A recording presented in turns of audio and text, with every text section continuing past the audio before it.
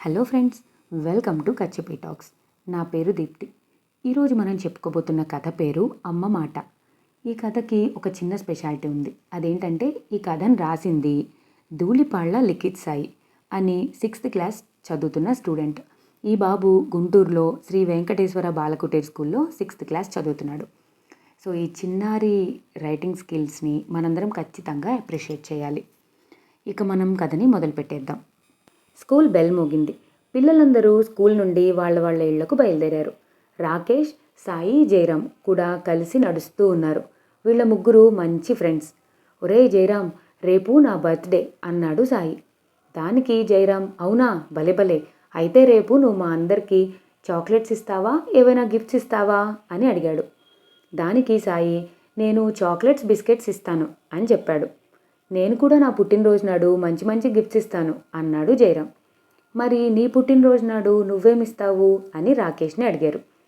నేను చాలా గిఫ్ట్స్ ఇస్తాను, కానీ ఇప్పుడు కాదు, కొంచెం పెద్దయిన తర్వాత అన్నాడు రాకేష్.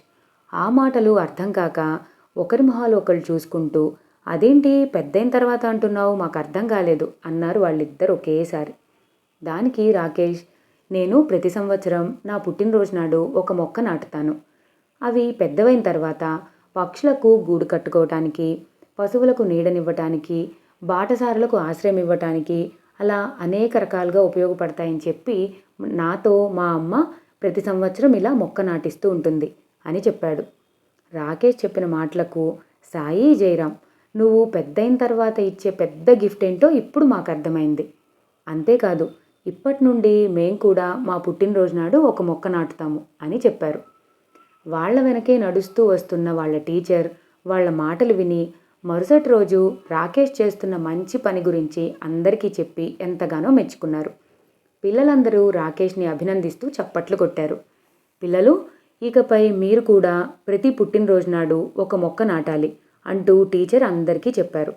మొక్కలు నాటిన వాళ్ళకి నేనే గిఫ్ట్స్ ఇస్తాను అంటూ ప్రకటించారు. ఇలా టీచర్ చెప్తూ ఉండగా స్కూల్ బెల్ మోగింది. రాకేష్ క్లాస్ బయటకి తొంగి చూశాడు. ఒక మొక్క తన కొమ్మలతో అటూ ఇటూ ఊగుతూ కనిపించింది. నవ్వుతూ ఆ మొక్క వైపు పరిగెత్తుకుంటూ వెళ్ళాడు. ఇదండి ఈరోజు స్టోరీ. ఈ కథ మీ అందరికీ నచ్చితే ఛానల్ని ఖచ్చితంగా సబ్స్క్రైబ్ చేసుకోండి. అలాగే ఈ వీడియోని లైక్ చేయండి, మీ ఫ్రెండ్స్ అందరితో షేర్ చేసుకోండి. Thank you for watching.